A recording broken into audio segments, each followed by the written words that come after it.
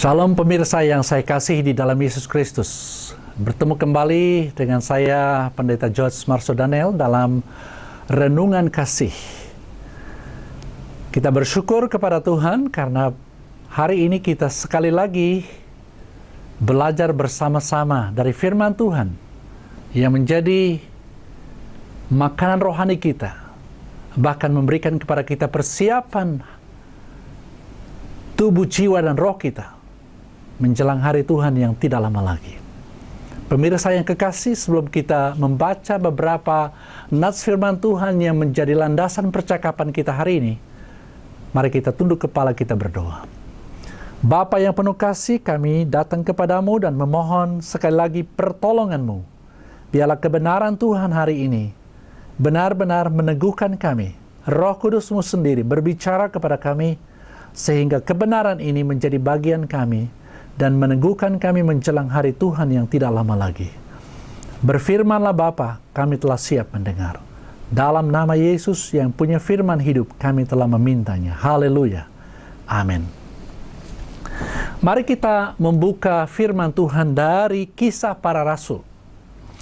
Kisah Para Rasul pasal yang pertama ayat 6-11, demikian firman Tuhan. Maka bertanyalah mereka yang berkumpul di situ, Tuhan, maukah engkau pada masa ini memulihkan kerajaan bagi Israel? Jawabnya, engkau tidak perlu mengetahui masa dan waktu yang ditetapkan Bapa sendiri menurut kuasanya. Tetapi kamu akan menerima kuasa kalau Roh Kudus turun ke atas kamu, dan kamu akan menjadi saksiku di Yerusalem dan di seluruh Yudea dan Samaria dan sampai ke ujung bumi. Sesudah ia mengatakan demikian, terangkatlah ia disaksikan oleh mereka, dan awan menutupnya dari pandangan mereka. Ketika mereka sedang menatap ke langit waktu ia naik itu, tiba-tiba berdirilah dua orang yang berpakaian putih dekat mereka, dan berkata kepada mereka, Hai orang-orang Galilea, mengapakah kamu berdiri melihat ke langit? Yesus ini yang terangkat ke surga meninggalkan kamu, akan datang kembali dengan cara yang sama seperti kamu melihat dia naik ke surga. Hari ini kita belajar dari firman Tuhan yang saya beri tema kenaikan Yesus ke surga dan mandat misi surgawi. Sekali lagi, kenaikan Yesus ke surga dan mandat misi surgawi. Salah satu peristiwa dari 3 peristiwa besar yang perlu kita renungkan, yang perlu kita ketahui setelah penyaliban Kristus. Setelah Yesus mati. Yang pertama adalah peringatan tentang kebangkitan Kristus dari kematian. Yang kedua adalah tentang peringatan kenaikan Yesus ke surga. Dan momentum yang ketiga sangat penting adalah peringatan tentang era kepemimpinan Roh Kudus, yaitu hari Pentakosta. Hari ini saya mengajak pemirsa untuk duduk bersama renungkan firman Tuhan dari Kisah Para Rasul yang menceritakan tentang kenaikan Yesus ke surga.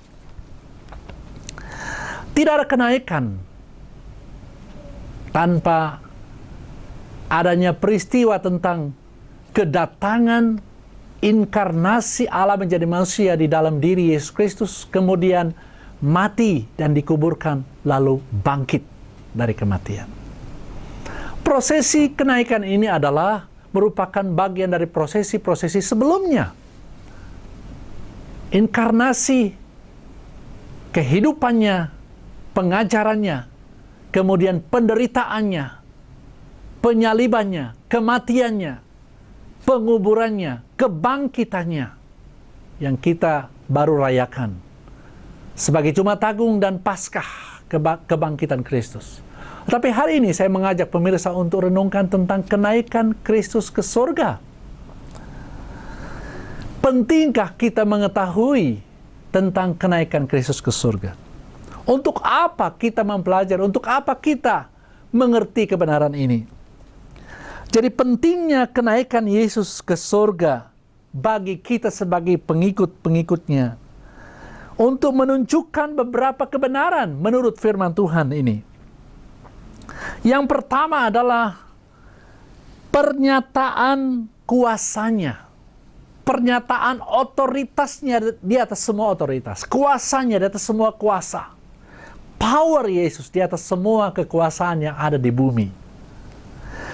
Jadi kenaikan Kristus ke surga menyatakan kuasanya. Ayat yang ketiga, Yesus adalah Tuhan. Mengapa tidak? Sebab dia penguasa alam semesta. Dan dia perancang alam semesta. Dikatakan bahwa dia maha kuasa. Dengan naiknya dia ke surga, dia adalah Sang Maha Kuasa. Yesus hidup selama-lamanya. Maut tidak dapat menahannya. Jadi kebenaran ini menjelaskan kepada kita bahwa dengan naiknya Yesus ke surga, Yesus adalah pencipta alam semesta. Dia penguasa alam semesta. Yesus di atas dan mengatasi hukum alam. Yesus mengalahkan kerajaan angkasa. Jadi pemirsa yang kekasih, tak satu pun kuasa di bumi dan di udara membatasinya. Tak satu pun kuasa atau power di dunia yang dapat menahannya. Seperti maut tidak dapat menahannya, demikian juga semesta alam, bahkan cakrawala tidak dapat menahannya. Jadi ketika Yesus naik ke surga, ini menunjukkan bahwa dia memiliki kuasa di atas segala kuasa. Iblis punya kuasa, tetapi tidak maha kuasa. Yesus adalah Sang Maha Kuasa. Karena itu dia telah menaklukkan maut, bahkan alam semesta. Dikatakan dalam Kisah Para Rasul pasal 1 ayat 6 sampai yang ke-11 tadi, Yesus naik ke surga. Ini menunjukkan bahwa tidak ada yang dapat menandinginya. Yesus ditinggikan di atas kayu salib, tetapi Yesus juga naik ke surga, ditinggikan dari segala sesuatu yang ada di muka bumi ini. Bahkan ditinggikan di atas semua dewa, semua Allah dalam tulisan kecil. Semua Allah bangsa-bangsa, semua dewa-dewa bangsa-bangsa. Pemirsa yang saya kasihi, ini kebenaran yang perlu kita pahami. Jadi dia naik ke surga mengalahkan kerajaan angkasa. Siapa di angkasa menurut firman Allah? Iblis dan semua roh-roh jahat. Yesus menggenapi janjinya untuk mempersiapkan bagi umatnya, bagi saya dan pemirsa yang mengikutnya, suatu kerajaan yang baru. Kerajaan yang kekal di dalam surga kelak. Jadi di dalam firman Tuhan ini menjelaskan kepada kita bahwa kuasanya di atas segala kuasa yang ada di dalam dunia ini. Dan otoritas ini ada di dalam Kristus yang di dalam engkau dan di dalam aku. Jangan hanya menjadi peminta saja, tetapi pergilah dan lakukanlah seperti otoritas yang diberikannya kepadamu. Yang kedua, pemirsa perhatikan di dalam bagian yang kedua, ayat yang ke-8, menjelaskan bahwa pentingnya kenaikan Kristus ke surga untuk menyatakan kepeduliannya, menyatakan perhatiannya yang sangat kepada umat manusia. Yesus menggenapi janjinya ketika ia naik ke surga untuk mempersiapkan umatnya bagi suatu kerajaan baru, kerajaan yang kekal, yaitu surga. Ingat apa yang dikatakan oleh para malaikat, "Hai orang-orang Galilea, mengapa kamu berdiri melihat ke langit? Yesus ini yang terangkat ke surga meninggalkan kamu akan datang kembali dengan cara yang sama seperti kamu melihat dia naik ke surga." Ingat, sekarang dia di surga, menyediakan tempat bagimu. Jadi Yesus pergi menyediakan tempat bagi kita. Demikian tertulis di dalam Injil Yohanes pasal yang ke-14 ayat 1 sampai ayat yang ke-4. Yesus mengutus Roh Kudus kepada kita untuk menghibur kita, mengajar kebenaran kepada kita, menolong umatnya. Roh Kudus datang mengerjakan pembaharuan dalam hati kita. Roh Kudus diutus untuk menolong kita ketika kita menceritakan Yesus kepada segala bangsa dan kaum di bumi. Tahukah pemirsa sekalian, ada 3 lingkup gerak peran tugas Roh Kudus yang diutus oleh Bapa, yang diutus oleh Kristus untuk menolong kita.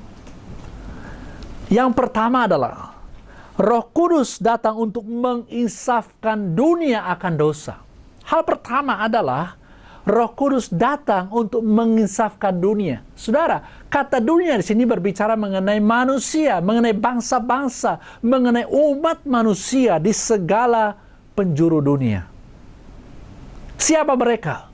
Manusia atau dunia yang belum mengenal kasih karunia Allah, yang belum mengenal karya kasih Allah di atas kayu salib. Mereka belum mendengarnya. Jadi celakalah tatkala mereka tidak mendengar kabar ini. Roh Kudus menyatakannya melalui siapa? Melalui kita yang memberitakannya. Melalui kita yang sudah mendapat inspirasi dari Roh Kudus melalui firman-Nya. Roh Kudus berbicara melalui kita, kesaksian kehidupan kita. Sehingga mereka yang belum percaya diinsafkan. Roh Kudus bekerja dengan berbagai cara. Bahkan Roh Kudus juga secara langsung berbicara dalam hati nurani setiap orang yang belum mengenal kasih Allah. Jadi, Roh Kudus datang yang pertama untuk menginsafkan dunia akan dosa. Dosa apa? Dosa ketidakpercayaan kepada kasih karunia Allah di dalam Yesus Kristus. Jadi kepada mereka yang belum percaya, yang sudah diberitahukan tetapi dengan sengaja menolak dan tidak mau menerima. Karena itulah Roh Kudus menginsafkan mereka untuk itu. Itu pekerjaan Roh Kudus di dalam dunia ini. Yang pertama. Yang kedua adalah untuk menyatakan kebenaran. Roh Kudus datang untuk menyatakan kebenaran. Kebenaran kepada siapa? Kebenaran kepada mereka yang sudah mengaku Yesus sebagai juru selamatnya.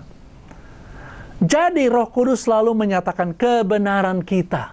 Kebenaran kita adalah Kristus telah mengampunimu, Kristus telah menerimamu apa adanya, Kristus telah menjadikan kamu anak Allah, Kristus telah menjadikan kamu ahli waris kerajaan Allah bersama Dia. Itu kebenaran yang Roh Kudus selalu ingatkan kepada kita. Sehingga dengan kebenaran inilah kita tidak semudah itu lagi kembali hidup di dalam dosa dan kejahatan. Tapi anehnya ada banyak orang yang menyebut diri mereka sebagai pengikut Kristus. Mereka katakan begini, wah, Roh Kudus menyatakan kepada saya kesalahan saya yang lalu-lalu. Roh Kudus ingatkan kepada saya dosa saya pada masa yang lalu. Roh Kudus selalu ingatkan saya, kamu itu dulu seperti ini. Kamu itu tidak seperti yang kamu pikirkan. Kamu tidak sesuci, kamu tidak sebenar yang kamu pikirkan. Tidak perlulah terlalu saleh. Saya tahu siapa kamu. Ingat, kalau Roh Kudus berkata demikian, ingat itu bukan Roh Kudus. Yang saudara katakan Roh Kudus mengingatkan saudara tentang dosa. Tidak, iblis yang mengingatkan saudara tentang dosa. Tetapi Roh Kudus menyatakan kebenaran. Dia tahu kita lemah, dia tahu kita tidak berdaya, hidup dalam kebenaran. Tetapi Roh Kudus tidak pernah mengingatkan kita, mengintervensi kita, menggugat kita lagi tentang dosa-dosa kita yang telah diampuni oleh Yesus di atas kayu salib dengan tuntas. Roh Kudus tidak datang untuk menggugat Anda. Roh Kudus datang untuk menyatakan kebenaranmu, kebenaranku di dalam Kristus. Bahwa Kristus telah mengampuni segala dosamu. Kristus telah meluputkan engkau, membebaskan engkau dari murka yang akan datang. Karena itu, pemirsa yang saya kasihi, tugas Roh Kudus yang kedua ini sangat penting bagi kamu, bagi saya yang sudah percaya kepadanya. Kebenaran kitalah yang selalu diingatkan. Karena itu, tatkala kita hidup dalam kebenaran, Roh Kudus yang telah mengingatkan kita. Tugas Roh Kudus di dalam dunia yang ketiga adalah untuk menyatakan penghakiman. Siapa yang dihakimi? Pemirsa yang kekasih, jangan salah. Roh Kudus mengingatkan kepada iblis bahwa dia telah diadili, dia telah dihakimi. Sengat maut tidak dapat berkuasa lagi. Mengapa? Sebab Kristus telah melakukannya bagi semua umat manusia. Jadi Roh Kudus datang untuk mengingatkan kepada iblis bahwa dia tidak berdaya lagi, bahwa dia telah dihakimi. Karena itu, pemirsa yang saya kasihi, apa alasannya kita takut kepada intervensi iblis? Sementara kita ada di dalam lingkup kebenarannya yang aman dan terpelihara. Karena itu, pentingnya kita mengetahui tentang kenaikan Kristus ke surga, menyatakan betapa Allah peduli pada kita. Karena pedulinya pada kita, dia memberikan Roh Kudusnya datang untuk menopang kita, menghibur kita, menguatkan kita dikala kita ragu-ragu, dikala kita bimbang, dikala kita khawatir, dikala kita ketakutan menghadapi kehidupan kita pada masa kini dengan diingat-ingatkan oleh iblis tentang masa lalu kita. Ingat, Allah tidak pernah lagi mengingat dosa-dosa dan kesalahan kita sejak Kristus mati di atas kayu salib. Ini kabar baik yang perlu saudara ketahui. Dan untuk itulah Roh Kudus datang mengerjakan pembaharuan, pertobatan di dalam hati manusia yang belum percaya kepada Kristus. Bagi pemirsa yang belum mengerti, yang belum memahami, yang belum mendengar kabar baik ini, dengarkanlah pada hari ini. Jika pemirsa belum mengetahui siapa Yesus bagi kehidupanmu, ambil keputusan, tunduklah di hadapannya, dan katakan kepadanya, Yesus, aku mau percaya kepadamu. Mengapa? Ketidakpercayaan kepada Yesus yang adalah misionaris Allah, utusan Allah untuk menyelamatkan manusia, adalah kejahatan, adalah dosa. Dan untuk itulah Roh Kudus mengingatkan kepada saya dan pemirsa sekalian. Jadi Roh Kudus datang untuk menolong kita dalam waktu yang tak terbatas, pagi, siang, dan malam. Jadi ketika kita menjadi saksi bagi Yesus, Roh Kudus menolong kita. Karena itu jangan takut untuk berbicara tentang kebenaran. Karena tatkala Yesus naik ke surga, dia telah memperhatikan kita dengan mengutus Roh Kudus untuk menopang kita. Yang ketiga, kenaikan Kristus ke surga menyatakan jaminannya, garansinya, ayat yang ke-11. Penyataan jaminan ini dikatakan di dalam bagian firman Tuhan ayat yang ke-11. Hai orang-orang Galilea, mengapakah kamu berdiri melihat ke langit? Yesus ini yang terangkat ke surga meninggalkan kamu akan datang kembali dengan cara yang sama seperti kamu melihat dia naik ke surga. Haleluya.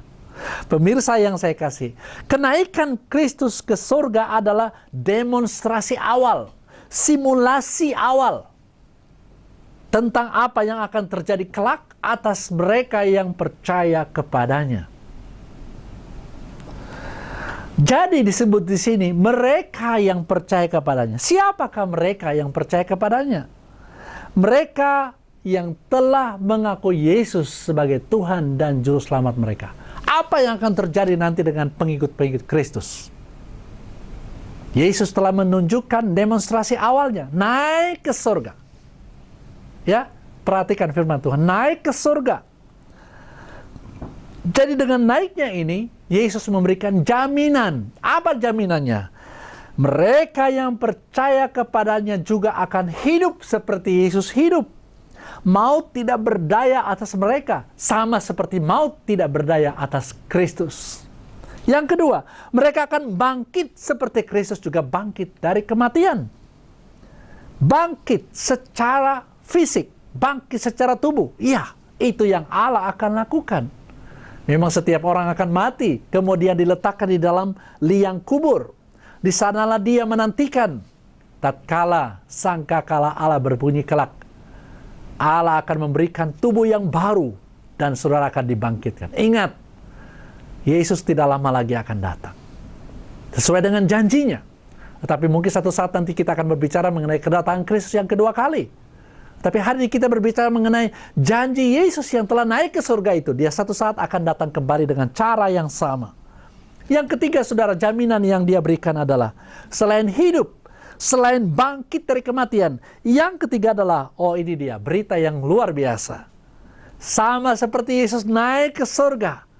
Siapa yang percaya kepadanya satu ketika nanti setelah kematian ini, mereka juga akan naik ke surga. Pergi dari dunia ini. Sebab dunia ini bukanlah tempat yang selama-lamanya bagi kita. Ingat, dunia ini bukan tempat yang kekal. Surga adalah tempat yang Tuhan sediakan bagi siapapun yang percaya kepada Allah melalui Yesus Kristus. Yesus memberi jaminan yang nyata, garansi yang nyata, bukti yang nyata, dan dapat dipercaya. Yesus pasti datang menjemput umatnya. Ingat ini, Yesus pasti datang dan segera akan datang. Yesus pasti menepati janji demi kita, demi semua orang yang mengaku menjadi percaya kepadanya, menjadi pengikutnya untuk selama-lamanya. Semua orang yang adalah kepunyaan Allah, umat kepunyaan Allah, melalui Yesus Kristus, melalui kasih karunia Allah di dalam Yesus Kristus, akan dijemput masuk dalam kerajaan yang kekal. Kekasih Tuhan, pada akhir dari kebenaran ini, kebangkitan Kristus, kenaikan Kristus ke surga, dan ada tanggung jawab kita menjelang hari Tuhan yang tidak lama lagi. Sambil menantikan dia datang seperti janjinya, ada mandat surgawi, ada mandat bagi kita semua. Yang pertama adalah mandat pastoral, mandat penggembalaan, satu sama lain. Kita, baik secara individu maupun keluarga, komunitas gereja, dalam komunitas masyarakat, kita saling menggembalakan satu dengan yang lain. Jadi tugas ini seperti dalam Yohanes 21 ayat 15 sampai 19. Yohanes 21 ayat 15 sampai yang 19. Jadi ada proses penggembalaan, ada proses pemuridan. Setiap orang tua bertanggung jawab menggembalakan anak-anak mereka, cucu-cucu mereka untuk mengenal Allah. Yang kedua adalah mandat persekutuan, fellowship. Jadi kehidupan kita tidak akan berarti tanpa adanya persekutuan satu dengan yang lain. Adanya koinonia, sharing life, membagi hidup kita bagi sesama kita selagi hidup ini. Adanya kehidupan saling memberkati satu dengan yang lain.